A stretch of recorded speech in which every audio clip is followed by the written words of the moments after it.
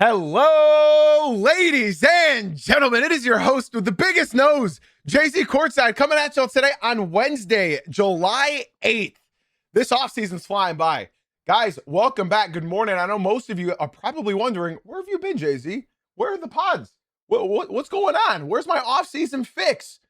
I told you guys, join the Discord so you can be updated on any change in schedule. It's a one-man operation here. So if I go on vacation, there's nobody to man the ship.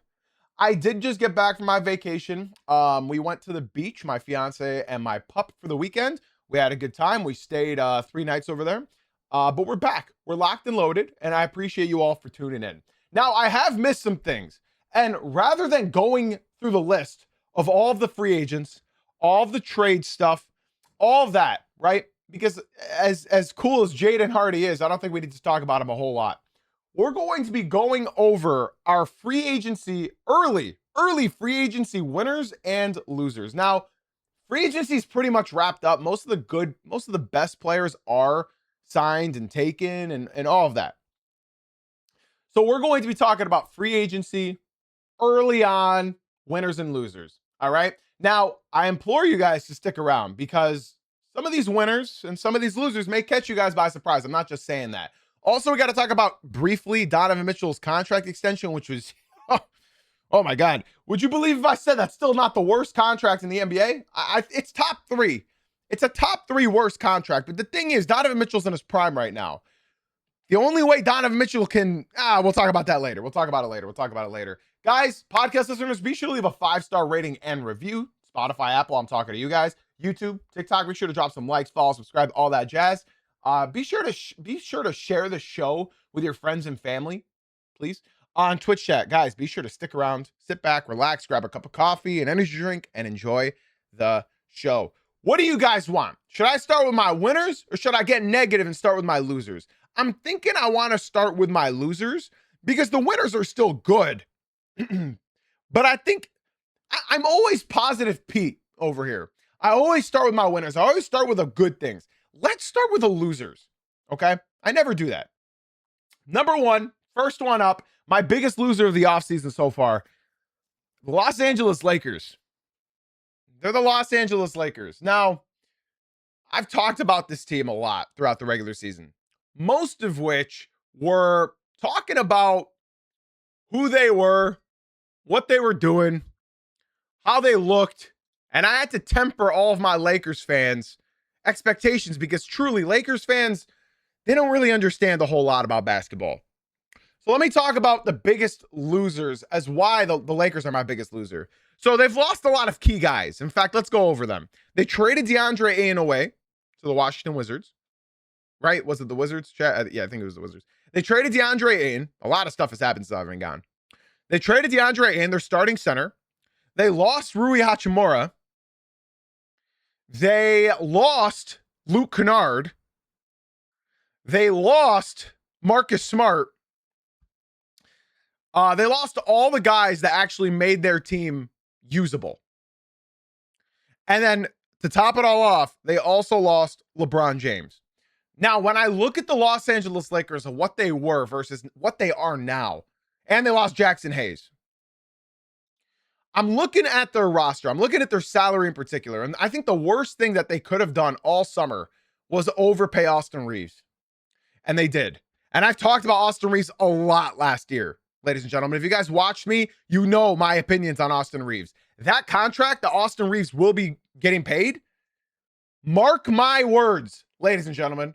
Mark my words. That's going to be worse than the Zach LaVine contract. The way we view the Zach LaVine contract, Zach LaVine's getting paid $49 million this year. $49 million. He hasn't contributed to anything positive about basketball in years. This Austin Reeves contract, in my opinion, is the second worst contract in the NBA. Second.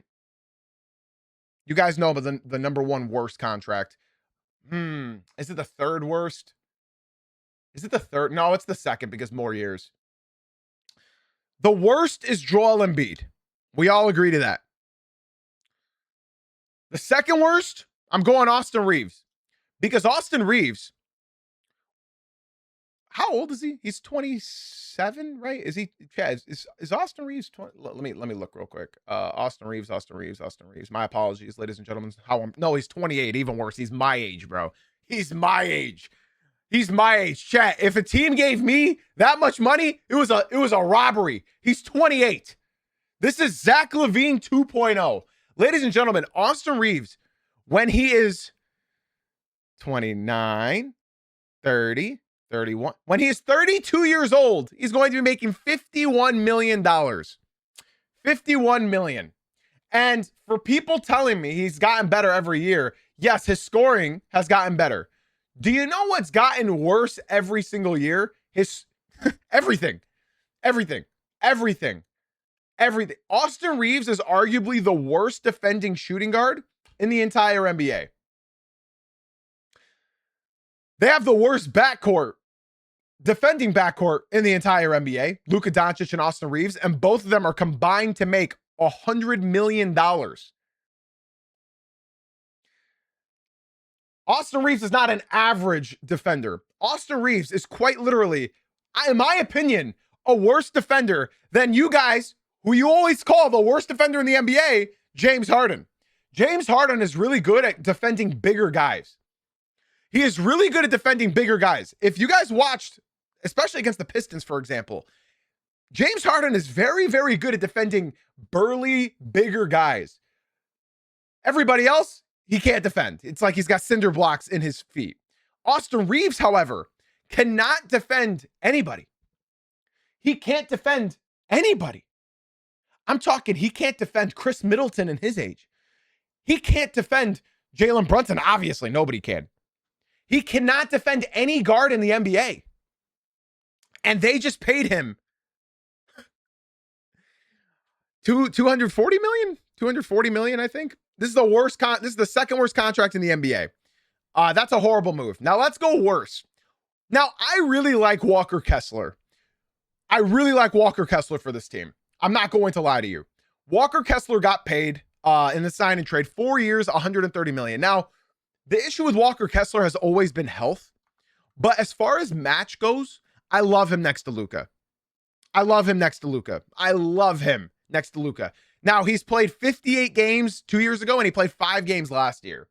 But just like every single center that has played next to Luka Doncic, they all shoot 70%. Go look at the stats of every single center that plays next to Luka Doncic. They all end up shooting over 70%. Now, Walker Kessler is not just a guy that's going to be shooting over 70%. He already shoots over 70%, right? And he only played 5 games last year. But playing next to Luka, being that rim running big man that can also block shots, that's great. Yes, Paul George is my third worst contract in the NBA. Well, since it's got only 2 years left, there's a guy worse than him as far as contract goes. So what I need to mention, right, is Walker Kessler and his abilities as far as defending and rim running. That's going to complement Luka Doncic beautifully. And that contract is not that bad. So for anybody wondering, am I going to just shit on the Lakers? I'm not. I really like Walker Kessler for Luka Doncic. I like that a lot. Let's continue. The Lakers ended up adding a bunch of guys in the last couple, or just in a 40-minute span, they added a bunch of guys. Walker Kessler, for 4 years, $130 million. They added Sandro Mamukelashvili from the Raptors, who I really enjoyed watching. My question is, this is a good contract. Why did you sign 4 years? That's a long contract, and you picked him over Rui Hachimura. So that's another downgrade. And I would have been fine with 3 years. As we all know, 3 years is the sweet spot for trades. 3 years is the sweet spot. They signed him for 4 years. I don't know why they did that. And then let's move on again. Quentin Grimes, another good pickup, but they signed him for 4 years, $60 million. Quentin Grimes, doesn't matter how many Quentin Grimes you have. He's not LeBron James when LeBron's 42. He's still not that good. He's not. Quentin Grimes, the shot chucker. Quentin Grimes doesn't pass. Quentin Grimes also doesn't defend. So again, another 4-year deal. Another L by Rob Pelinka. Let's continue. Colin Sexton, who you guys know I'm pretty low on as far as a backup point guard.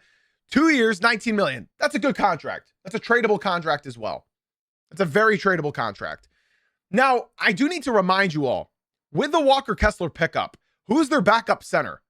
Because I watched a lot of Raptors games. I do not like Sandro Mamukelashvili as a backup center. I don't like him as a backup center. I don't. I've talked about this a lot when I was talking about the Raptors last year. He is not a backup center. And since they lost Jackson Hayes and DeAndre Ayton, they don't have another backup center until they picked up Kevon Looney, who I had to look up and see how many games he played last year. And I'm sure a lot of you guys did as well because he played with the Pelicans. He played 21 games last year. 21. And as a center, he shot 41% from the field. 41% from the field as a center. Guys, I'm sorry. Kevon Looney does not get the pass.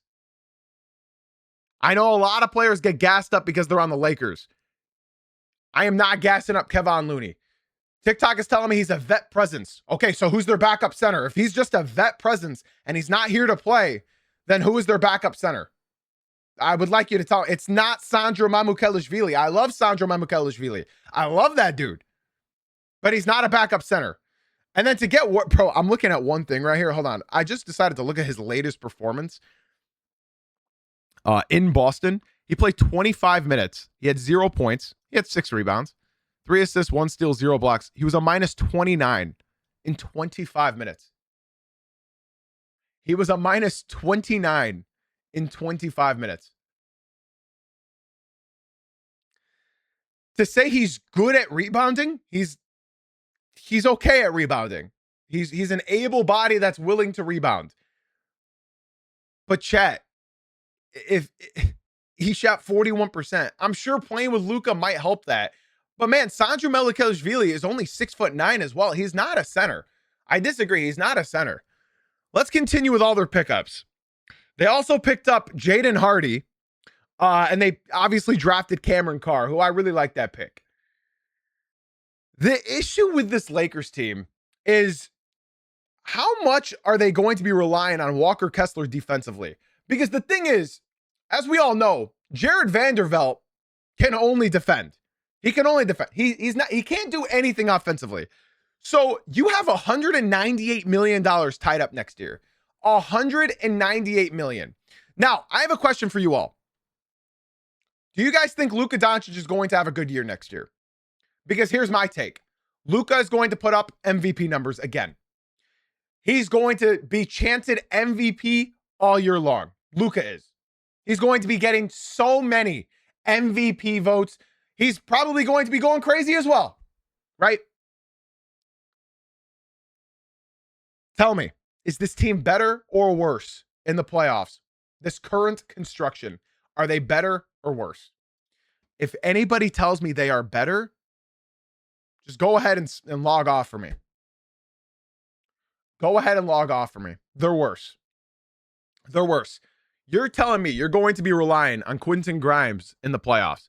You're going to be relying on Jared Vanderbilt in the playoffs. You're going to be relying on Sandro Mamukelashvili in the playoffs. You're going to be relying on Colin Sexton, who's been on 9 different teams in the last 2 years. You're going to be relying on Jake LaRavia, Dalton Connect, Kevon Looney, and Cameron Carr. You're telling me they have more depth. Okay, let's go ahead and look at their depth chart. Luka starting, Reeves at their 2. At their 3, who? Who's their 3? Who's their 3? Vanderbilt, because they're going to need some defense. Okay, you got Vanderbilt at your 3. Who's your starting 4? Mamu? Is Mamu a starting 4? Okay, let's say it's Mamu. And then Walker Kessler at the center, who played 5 games last year. And for those of you who are telling me they are building, do you guys know how much money they have? Do you guys know how much money the Lakers have? If the season were to start today, the Los Angeles Lakers have a top 5 most expensive team. When you look at this roster, are they a top 5 team? They're not even a top 5 team in the West. TikTok said they are better, bro chacho. Ladies and gentlemen, I'd like to give a shout out to my boy Amin. Thank you, Amin, for leaving the TikTok and coming through to the Twitch stream. I appreciate you, bro. This guy called me bro Chacho, and he's telling me that they're better. Amin, shout out to you for leaving the TikTok and coming through to the Twitch stream. In case you guys don't know why they signed Austin Reeves to such a lucrative deal, it's because the Pistons came in and interfered, and they were forced to offer Austin Reeves more, which is not good. But here's the thing. They couldn't afford to lose Austin Reeves. They couldn't. Now, I'd like to be blunt and honest with all of you.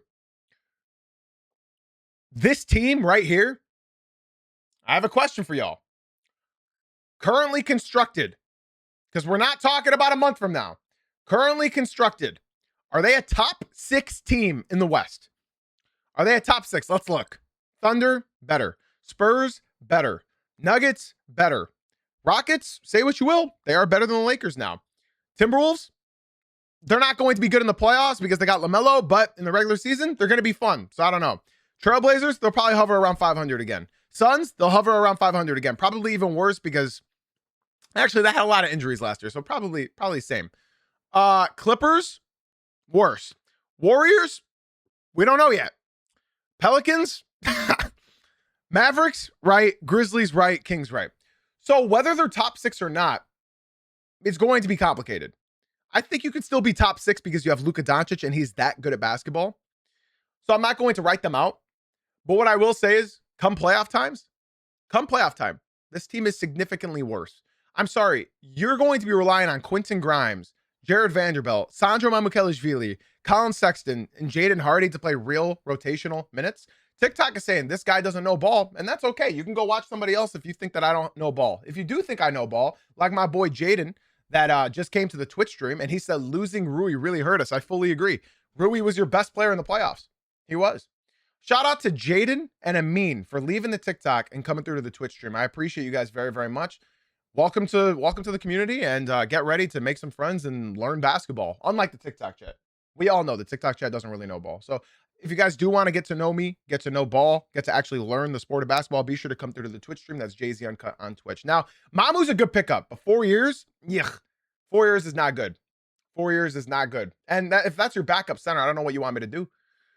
All right, guys, let's move on to my second loser of the free agency offseason so far. That's the Boston Celtics. Now, I don't need to go deep into this. I think we all understand the Boston Celtics only got a couple $1 million cheaper, but they lost Jaylen Brown, who quite literally carried them. We already talked about this live. I do have to mention, because I feel like I over-exaggerated and overreacted to this trade last week when we did a live reaction. I'm being told from Tyrion that the Lakers are way better. I'd love for you to tell me how they are way better, please. We don't need to go that far into this, right? All I'll say is I think I overreacted. I think the Boston Celtics are going to be okay. I'm honestly not worried about how they are in the regular season. I still think they're a great regular season team. The only issue right now is like, where does Paul George... It's so confusing. It's so confusing because Paul George, and you know, despite the suspension last year, I do want to talk about Paul George because he does exactly what the Celtics do. He does exactly what the Celtics do. 39% from deep last year. And in the playoffs, he shot 50% from 3. So I'm not here to tell you, oh, Paul George is going to fix everything. Damn, look at his wait. Look at his latest performance. It was that game May 10th versus the Knicks. He played 27 minutes. He had 7 points. He was a minus 35, bro. Listen. Paul George is 36 years old, okay? Paul George is still good at basketball. Paul George can still jack up threes, and that's what he's going to do. How many threes was he attempting in the regular season last year? He was attempting his most in his career, or close to his most. 7 threes a night. 7 threes a night. He's going to do what the Celtics do, and that's just spam threes over and over again. They're going to play Missoula ball, and he's going to hit a large clip of them. So did the Celtics get worse? Yes, they got worse. They're a major loser to me just because you traded Jaylen Brown when I feel like you really didn't have to. Things are going to come out, and I'm excited to see it, but the team is worse. undisputed, the Boston Celtics are worse. And do I think that they're going to miss the playoffs? No, I don't think they are. I think at worst, it's just like last year. It's just like last year when Tatum was out.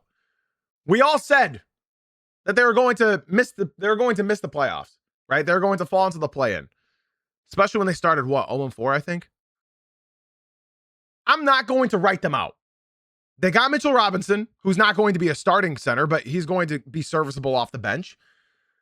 You got Paul George, who's not bad, chat. And anybody that tells you Paul George, bro, I made a video on Paul George. I made a video. It was my first ever video on my YouTube channel. There it is. Paul George. How Paul George destroyed his NBA career. It's got 97,000 views on YouTube. I know Paul George very well. I was a big fan of Paul George. Obviously, I haven't been a fan the last few years. But my biggest thing is he's not Jaylen Brown, and that's why they got worse. That's all it is. Shout out to Tyrion, shout out to Jaden, shout out to Mari, Nine, and Gurgab for all leaving the TikTok stream and coming through to the Twitch stream. I appreciate you guys very, very much. Paul George is not bad, right? He's still a good defender, and he's still good at spamming threes. So I think they still win 50 games. Like, believe me, chat, did they get worse? Yes. But if you look at this roster and you tell me that their over-under line is 49.5, I'm taking the over. I think my way too early prediction, I think they can get 52 wins. I think they can get 52. Now, are they better in the playoffs? Probably not. But they are worse, but I still think they win 52 games. And see, that's a great comment by my Celtics fan, Butler. He said for the season, but we will be better in a few when JB gets a worse contract. Exactly. I fully agree. I think they can still win 52 games. Okay, if 52 is a little too ambitious, then maybe just 50 because the East did get better. I mean, here's the thing. Paul George, I think that suspension helped him. I think that suspension did help him. Last year, he played 37 in the regular season. The suspension, he missed 25 games. The suspension helped him stay fresh and ready for the playoffs. So maybe they win like 48, but it's still upper 40s at least, I think. Top Finesser, Gurgab, 12, Mari, Tyrion, Jaden, and Amin. Thank you all so much for the follows on Twitch. Guys, be sure to join the Discord as well. Exclamation point Discord. I'd love for you guys to join up. And if you guys are wondering why I'm not reading like every message out loud, it's because I really only read messages that pertain to the topic that we're discussing right now. So guys, be sure to join the Discord as well. Exclamation point Discord in the chat. But yeah, obviously Neemias Queta will be starting at the 5 and Mitchell Robinson will be backing him up. The Celtics got worse, but it's not as worse as everybody's saying. Okay, guys, I got one more major loser and then one more loser. Now, I'm going back and forth with this one. You guys know me. I'm the least biased guy that comes up here and talks, right? My next biggest loser is the Detroit Pistons. Now, as you guys know, I'm a Pistons fan. I'm the most knowledgeable Pistons fan that you guys will ever talk to. And that also means that I am very, very unbiased when I talk about my own team. So let's talk about the Detroit Pistons. Now, what was their biggest issue with the Pistons last year? We all know it, right? We all know their biggest issue. What was it? Just real quick. It's one word. You guys know what it is. Shooting. Or spacing. Whatever word that you want to use. That was what they were the worst at. Okay? We all know that. They won 60 games and nobody can shoot. Except Duncan Robinson. Nobody could shoot. They won 60 games and they couldn't shoot a basketball. They were 28th in three-pointers made. 29th in three-pointers attempted. They were not good. That was their number one issue. Well, in this offseason, they've added Isaiah Joe, who's one of the best three-point shooters in the NBA. They added John Collins, who's top 3 stretch 4 in the NBA as far as shooting goes. 41%. Isaiah Joe, 43%. So they've addressed shooting in the positions that they needed them the most. Okay. What was their next biggest issue? Well, it wasn't an issue in the regular season, but in the playoffs, you saw that there was an issue. Yes, John Collins shoots 41% from 3. And if I'm being told Tobias Harris is better than John Collins, Tobias Harris is better than John Collins in one aspect, and that's self-creation. Their next biggest issue was secondary creator outside of Cade. Okay. And that is why I feel that this is a major issue. And I feel like Trajan Langdon has done an incredible job so far in this offseason, in case you guys missed it. Now, it's very hard for me to say that the Pistons are a loser, especially who's off my team now. You guys know there was one man I hated the most on the Pistons. There was one man I hated the most, and his name, you all know it. It's, I'm going to say his real name. I'm not going to insult him. Careless Pervert, all right? Now, Careless Pervert was the most negative asset I've ever watched on a basketball team. I have begged him to get off this team the moment he joined this team. In case you guys are unaware, JB Bickerstaff was continuously playing his butt buddy here, Karis LeVert, over Asar Thompson. Instead of developing Asar Thompson, he was playing the pervert. And that not only stunted Asar Thompson's offensive growth, but it was a negative on the team. The team was a plus 12 when Karis LeVert wasn't playing. When Karis was playing, they were a plus 1. That's a 10-point differential when this man was on the court. Now, shout out Karis. He had one good playoff game, and that was it. I love this move. And they acquired Taurean Prince and Gary Harris. Now, Gary Harris won't be on the team when the season starts. Taurean Prince, though, I could see possibly having some rotational minutes at a backup for. I don't know. All I'm saying is, the Pistons, it's so funny looking at this, because if you guys look at all the teams in the NBA, all the teams, right, and you look at money spent, right, Thunder at number 1. If you go all the way down to the 30th team in the NBA, the Pistons have the lowest salary on the books in the entire association next year, and it's because they haven't re-signed Jalen Duren yet. Jalen Duren, they have set themselves up perfectly. They have $48 million underneath the cap. $48 million underneath the cap. If they sign Duren to what I expect to be a $35 million deal, they will have around $12 to $15 million to spend, right? 12 to 13 million is not enough to go get you a number 2. Jalen Duren is obviously returning for the Pistons. What you guys need to understand is this. Trajan Langdon, the manager of the Pistons, the GM for the Pistons, he saw the Pistons win 60 games. He addressed the lack of shooting issue. The Pistons have shooting now. The only other thing now is self-creation. Who is creating outside of Cade? And by the way, John Collins' contract, brilliant. In case you guys don't know, only the first year is guaranteed. That's one thing that Trajan has done incredible, and it's set himself up for the future. He's only got 1 year guaranteed for John Collins. Asar Thompson is still up for extension. Jalen Duren, we're going to see. So what we believe is Trajan Langdon, if he does not go and get a number 2 for Cade, it must be something about Danis Jenkins and Ibuka Okori. Ibuka Okori is interesting to me. The Pistons Summer League starts tomorrow. Is Trajan genuinely betting on an 18-year-old rookie to come in and do what Dylan Harper did last year as a 17th pick? That's worrisome to me. What are you seeing in this rookie that we're not seeing just yet? Because I know he's going to be a good basketball player. But are you expecting him to contribute that much as a rookie? Because that's the reason why they haven't gotten a number 2. And here's the thing. My final note on the Pistons. I have a question for you real ball knowers out here. Okay? Are the Pistons better today? Obviously with Duren, because Duren's coming back. We all know that. Are they better today than they were at the end of the season? If your answer is no, I'm sorry, but we disagree there. So you guys are probably wondering, Jay-Z, why are they a loser then? Why do you have them? Why do you have the Pistons as a loser? Because objectively speaking, the East is significantly better, thus making the Pistons worse today. It's not because the roster is worse. The roster is better. It's because the rest of the East is better. Philly, say the Magic because they're healthy, even though they've done nothing. The Raptors, Miami. The beef stew loss does not hurt at all. I love beef stew, but he wasn't playing. He wasn't playing.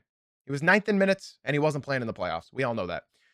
So the depth chart looking at the Pistons is Cade, Danis, and Ibuka at point guard. Duncan, Isaiah Joe, Gary Harris, who won't be on the team, and Chaz Lanier. Asar Thompson, Javonte Green, Kevin Huerter, who again, that signing has not been made official, so they can sign and trade him. John Collins, Ron Holland, Taurean Prince, who I don't know will be on the team. And then Jalen Duren, Paul Reed, and Tolu Smith, and as well as Usana, or whatever his name is, Ugana.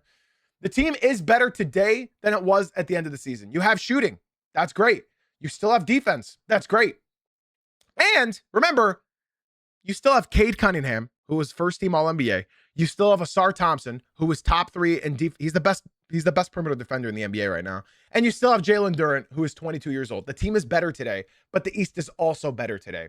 So that's why I have the Pistons as one of my losers. I hate to say that as a Pistons fan, but they are one of my losers because the rest of the East got better. I think the Pistons, I still think that they're a creator away. And I don't want Ingram. I don't want DeRozan, so I don't want to hear any of that. Okay? And mind you, Asar Thompson's 23. Jalen Duren's 22. Cade Cunningham's what, 24, 25? Come on, y'all. Come on. I know we don't like hearing player development, but player development. My final loser is the New York Knicks. Yeah, that's right. The New York Knicks are my final loser. And you know what? It's not even the Knicks so much as it's James Dolan. If you guys have questions or comments, be sure to come through to the Twitch stream, guys. Jay-Z Uncut on Twitch. The link is in my bio. Tony, thank you so much for the follow on Twitch. My final loser is the New York Knicks. I know, guys. I know. How are you calling the defending champion a loser? It's quite simple. How do you not bring back Mitchell Robinson? I'm going to quote James Dolan here. Entering the second apron is team suicide. I'm sorry, Dolan. I disagree with you. You guys had the best team structure in the entire NBA. You had the best team construction. You did. You are defending champions. You bring back Mitchell Robinson. I'm not sorry for saying this. You bring back Mitchell Robinson. He is your longest tenured Knick, and you let him walk. I'm not sorry for saying this. You just won the championship. Yes, I understand entering the second apron is bad for future team construction, but you are the defending champion. You give your guys an opportunity to win back-to-back titles. You give those players the opportunity to get better. You do. You enter the second apron for your backup big, because not only is your backup big, he is also your longest tenured Knick. I'm sorry, Knicks fans. I'm with y'all, man. You should have brought Mitchell Robinson back. You enter this. You constructed the best team in basketball. You give your guys an opportunity to go back to back. And for anybody telling me that Andre Drummond and Mitchell Robinson are the same archetype, no, they're not. No, they're not. Andre Drummond can't rebound as well as he did. Andre Drummond is the second worst defending center in the entire NBA. If you guys don't believe me, go look at the statistics. Andre Drummond is the second worst defending center in the entire association. Do you know the only center that's worse of a defender than Andre Drummond in the NBA? There's only one. I want you guys to guess who the number one worst defending center ahead of Andre Drummond is. I'll give you guys a few moments to figure that out when I see someone say it in the comment section. Okay, you already got it. My boy Breezy, Nikola Vucevic. Nikola Vucevic is the number one worst center in the NBA, who is now reuniting with the Orlando Magic. You replaced Mitchell Robinson, who is one of the best defenders as far as centers go in the entire association. Mitchell Robinson also helped Karl-Anthony Towns in the regular season more than a lot of you guys understand. Yes, we all know Mitch got decreased minutes in the playoffs. We all know that because Cat is the starter. Cat needed more minutes. But in the regular season, I'm going to be very curious if Andre Drummond is going to be enough to back up Karl-Anthony Towns. Time will tell, but I have the Knicks as my final biggest loser of the offseason because you just won the NBA championship. In my opinion, as your longest tenured player, You go into the second apron for that guy. Give them an opportunity to go back to back. If not, guess what? There was a million other teams lining up for Mitchell Robinson. So in my opinion, I don't think they should have done that. I think it's a loser move of James Dolan. Bro, you know how much money this guy made, Chet? Do you guys know how much money Dolan made? You're telling me you're not going to risk it and afford your longest tenured player? I'm sorry, I'm not a fan of that. Tony, I don't got hose, and BW, thank you guys for the follows on Twitch. I appreciate you gentlemen very, very much. Shout out to all the legends leaving the TikTok and coming through to the Twitch stream. And I'm being told by the TikTok, you're always hating on the Knicks. I'm not hating on the Knicks. I'm hating on James Dolan. I'm hating on James Dolan. Okay, there's a big difference. I'm a big Knicks fan. Big Knicks fan. Big Knicks fan. I'm very happy that they won the championship. I'm sorry, but you should have brought Mitch back. You should have brought him back. Now, thank you guys so much for the follows on Twitch. I appreciate you all very much. I want to go over my winners. Now, the winners are much shorter than the losers. By the way, let me check. Have any of you guys joined the Discord? None of you have. None of you have. Over 10 of you guys have followed the Twitch stream.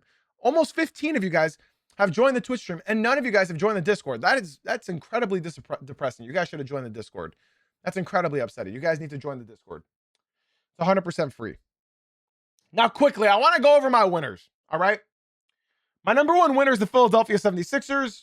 You guys all know why, right? There's not a whole lot to talk about in this sense. You all know why. Obviously, they went and got Paul George, right? Or sorry, they went and got Jaylen Brown. I think it was a great move. The 76ers got better. The only issue is the depth of this team. And that's why I'm not ready to crown them the Eastern Conference champions, but they are my number one winner because you got Jaylen Brown, right? Also, shout out Jalen Brunson. Of course, he played through a wrist injury. Very, very big. BW Dark, in case you missed anything I said, I post them all on Spotify, Apple, and YouTube, okay? Be sure to join the Discord as well. Shout out to you, 12-9. Unfortunately, I'm not talking about the Orlando Magic because they're neither a winner or a loser right now, but if you guys have any questions, be sure to stick around until after the podcast.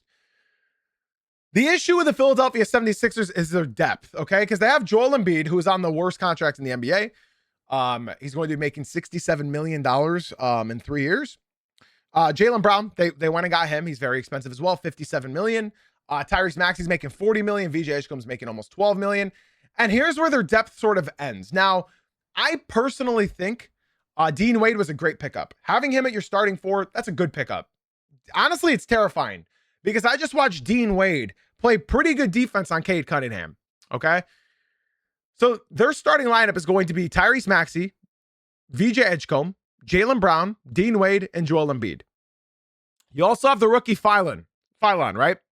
You got Dominic Barlow. You got Ariel Huckporty. That's it. You got Adem Bona. He's going to be playing significant minutes because Joel Embiid's going to miss his routine, like 15 games. You also went and got Caleb Love and Ryan Rupert, who, again, are just like insurance pieces. The depth of this team is horrible, and it's concerning come playoff time. It's very concerning come playoff time. Joel Embiid had 3 games in the playoffs. 3 games in the playoffs. That was it. He had 3 good games in the playoffs. That's it. That's all. So they also got Anthony Simons for sure on a decent contract, $6 million. Now, Anthony Simons will either get you 15 points in 10 minutes or he won't get you a single bucket. That's how it is. So when I look at this team, yes, they are significantly better. But as we know, go look at all of the champions over the last 9 years. Depth wins. Depth wins. So I'm not entirely convinced of that big 3 or big 4 or whatever you want to call this.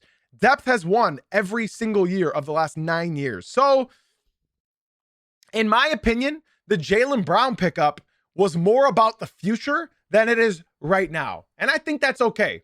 Jaylen Brown is 30, which means he's the best he's ever going to be right now. Okay. In my opinion, this team is set up for the future after Joel Embiid. That's all this is. They're looking at the core of Tyrese Maxey, VJ Edgecombe, Jaylen Brown, and probably Phylon.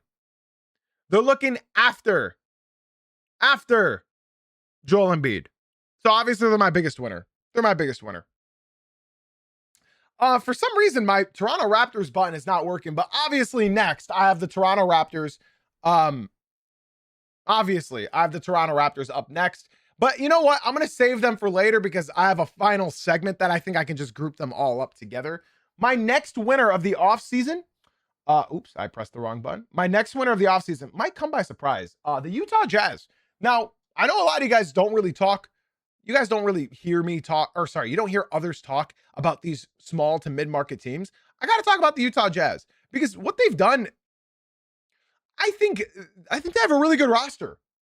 I really do believe they have a good roster. They have Jaren Jackson Jr. They have Lauri Markkanen. They got Darren Peterson coming in. They got Yusuf Nurkic back. They got Ace Bailey. They got Keontae George. They got Jackson Hayes. They got Bryce Sensabaugh.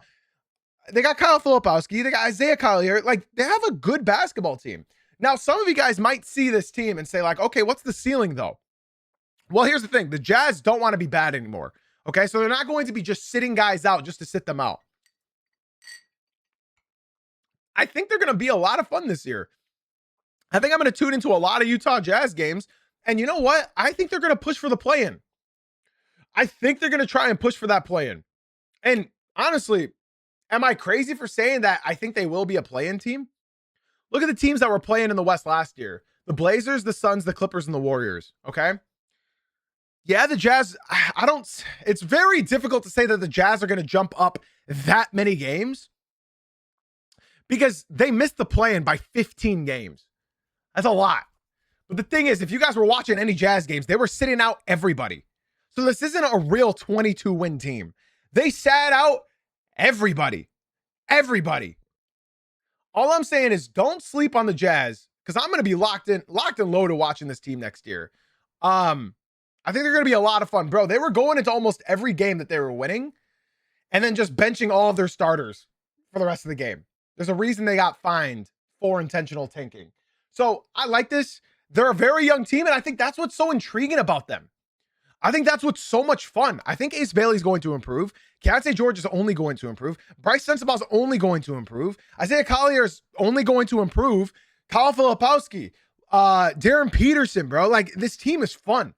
Honestly, if I still play 2K, I would use them. That's a fun team, man. Darren Peterson's got special talents as well. And if Lauri and Triple J can play consistently, they will win a lot of games. They will. All right, now my final winner. It's sort of a group of a bunch of teams, okay? It's a group of teams. It's the Eastern Conference fans. Now, I saw somebody ask me this question earlier, and that person's probably already gone because the lack of attention spans in America has just gone. It's so bad now. But my final biggest winner are the Eastern Conference fans. The Eastern Conference is back. The East Coast is back, man. The Eastern Conference is insane now. Let's look at all of these teams and decide whether or not they are better than last year. The Pistons, they're better than last year. Marginally, but they are better than last year. The Knicks, no. The Celtics, no. The Cavs, no. The Raptors, yes, they're better. The Hawks, yes, they're better. The Sixers, yes, they're better. The Magic, yes, they're better if healthy. The Hornets, no. The Heat, yes, they're better. The Bucks, honestly, yeah, they're better. They're better than Giannis sitting out every single game. The Bulls, no. The Nets, yeah, they're better. The Pacers, yeah, they're better. The Wizards, yeah, they're better. I count 10 teams that are all going to be contending for the top 6 seeds in the East. I have 10 teams all contending for the top 6. I'm not, in no order. The Pistons, the Celtics, the Knicks, the Cavs, the Raptors, the Hawks, the Sixers, the Magic, that's 8 teams. The Heat, that's 9 teams. The Pacers, that's 10 teams. The Wizards, that's 11 teams. Ladies and gentlemen, that's 11 teams in the East that I could genuinely all make a case that they could make the playoffs. Yes, even the Wizards. I don't know what to say other than East Coast, y'all. East Coast. Yes, I'm not declaring the Wizards as a championship contender, but are they significantly better than last year? Absolutely. The Eastern Conference, I don't remember the last time they were this good. Can you guys genuinely remind me the last time the East was this good? Seriously. Was it the Heatles, D Rose, Bulls, Paul George Pacers era? And then the Wizards with John Wall and Bradley Beal, was that the last time? Was that the last time the East was this powerful? Or was it maybe the Giannis year? No, I don't think so. I don't know, man. I think this is the best the East has been in over a decade. Easily. I agree with Big Baller from 2008 to 2013. I agree. I really agree. The East is different now, man. Dude, I'm so excited for basketball. I am so excited for basketball to start. So the Eastern Conference fans, yeah, we're happy. Almost all of these teams are better. We're all happy. Hell, man, even Bulls fans. I know Bulls fans are way more excited this year than they were last year. I know they are. Nets fans, I know they're more excited. Hell, you know what? I'm going so far as to say I know Bucks fans are happier going into this year than they were going into the last 2 years. Any Bucks fans? I had one Bucks fan in here earlier, my baby Brew. I think most Bucks fans, I'm going to speak for them. I think Bucks fans are happier now at this point going into this season than they were last year. Genuinely. At least now they don't have the Giannis cloud hanging over their head. Now they can just rebuild. You got to get off Miles Turner, but after that, you can just rebuild. And you got your Giannis replacement. You got careless pervert. So shout out the Bucks, man. The East is incredible. Now, of course, you guys want me to talk about this. I'll talk about it very briefly, okay? I'll talk about it very briefly. In case you guys don't know, a big contract was signed. I didn't make a lower third for this, but a big contract was signed. And the only way this contract can be worth it, there's one way, and it's if he brings a championship to Cleveland. Donovan Mitchell got paid $273 million contract extension for 4 years. Donovan Mitchell will be making $64 million to $73 million a year. Can we all agree? The only way you can make this contract worth it is if you bring a championship to Cleveland. Solo, my Pacers fan, said, F that. He needs to bring me 2. I'm not mad at that answer, to be honest. This is worrisome. This is worrisome. Now, I'm not mad at Cleveland and my other small market teams. If you guys are a fan of a small market team, you understand this, right? It's just the Lakers fans, Knicks fans, Celtics fans that are saying that they're idiots. Come on. My small market teams, you guys understand why they did this. Nobody's signing to Cleveland, bro. The only way Cleveland gets guys if they trade. You have to. If Donovan Mitchell was on the Pistons and my Pistons gave them this contract, I am sorry, but you have to. You have to give this contract. If you're a small market team, I'm sorry, nobody's going to sign in Cleveland. You got to keep talent. And say what you will, Donovan Mitchell was second team All-NBA last year, wasn't he? You got to do it. The only way you can get stars is by trading or a draft. But now it's like, what else are you supposed to do if you're the Cavs owner? You got to. If I'm Dan Gilbert, I'm happy with a signing. It sucks that he's eating all the cap space, but you got to do it. And now, like I said, this still is not a worse contract than Austin Reeves. It's not. I got Austin Reeves with a worse contract. Austin Reeves' contract is worse than this. Donovan Mitchell's a dog, bro. He's a dog. Is he a number 1 option? No. Is he a 1A? Yeah. He's a 1A. Are you telling me, genuinely, are you telling me that Jaylen Brown versus Donovan Mitchell last year was that much of a difference? It wasn't.